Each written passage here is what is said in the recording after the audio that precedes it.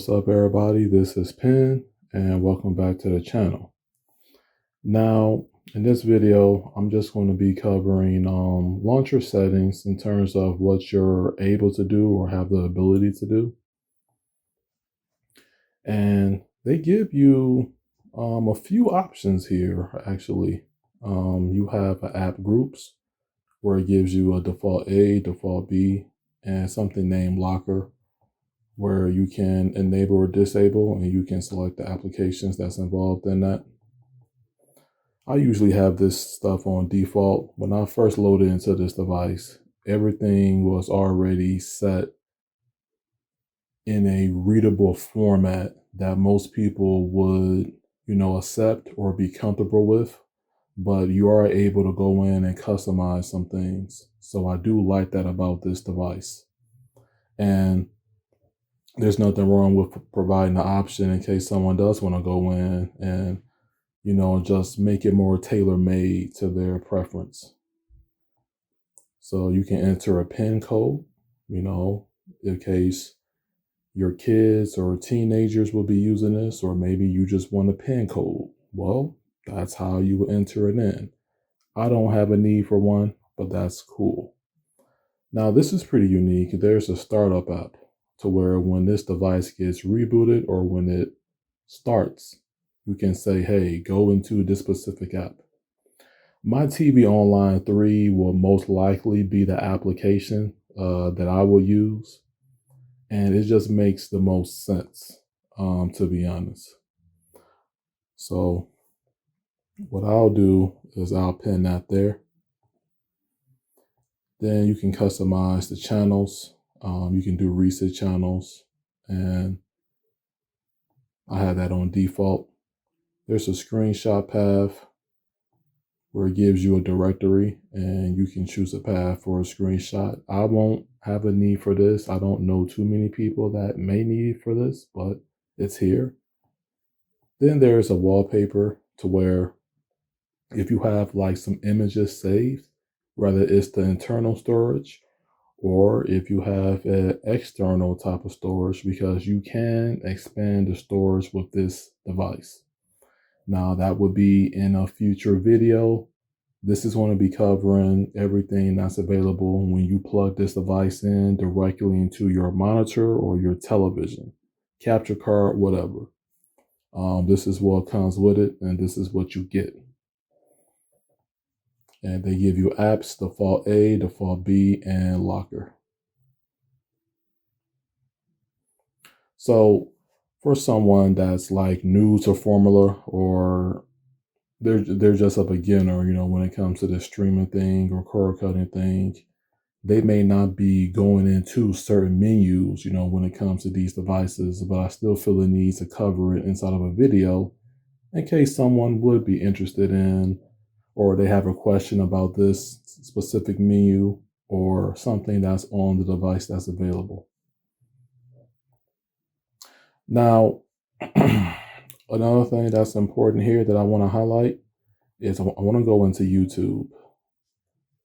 I want to get YouTube open. I'm still not signed into it. And I'm going to go into 4K HDR. I want to test that out. Let's do this one. Let's play that. As you can see, let's confirm the HDR. Okay. Go to video formats and 4K 2160p HDR VP9. It's all there.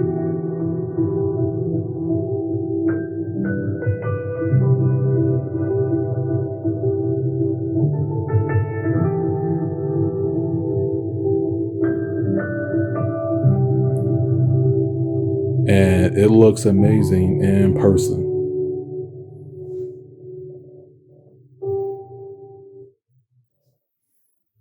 Yeah, it looks dope in person. See if we can find something else. Hopefully I don't get a strike for that. But you never know. You never know. Let's see. Let's try this Samsung 4K HDR demo QLED. I showed this in the past. This is still a nice demo to view. See our HDR playing.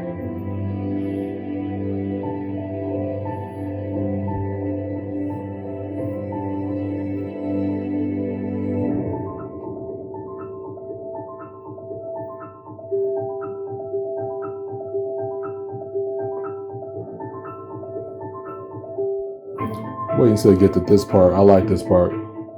The blue and the different shades and all that. As the intensity increases.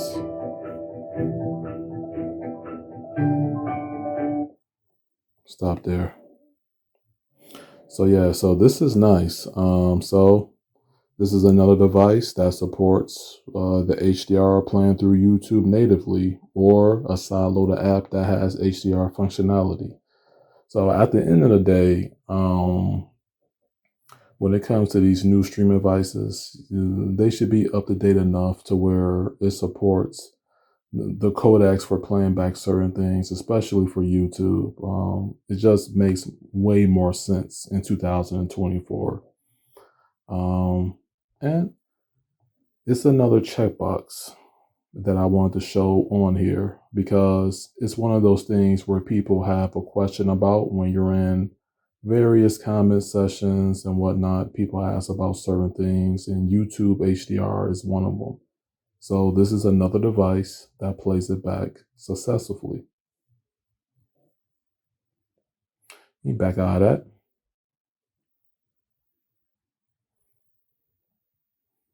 All right.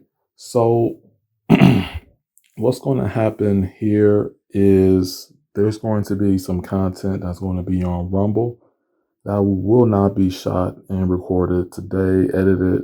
It's going to be probably going to do that for Tuesday night heading into Wednesday.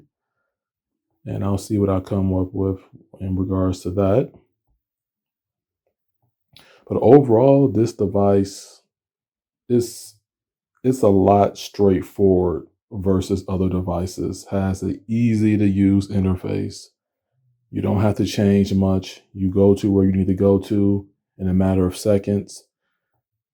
2 app stores on this device. I signed into my Google, so I have access to the Play Store, and there's a market in which I can get other app stores, like AppToy, for an example. I mean, they give you everything that you need to be successful, when it comes to putting applications on here. But primarily, this is built for live TV or IPTV. So the licenses that you will typically see on like a NVIDIA Shield or a different device, this device may not be for you when it comes to those licenses, but I still think it's a solid streamer nonetheless. And you just gotta, work with it and just know what are the pros and what are the cons, depending on when you're doing your initial research when it comes to these devices. So until next time, peace out. Thank you for watching and take care.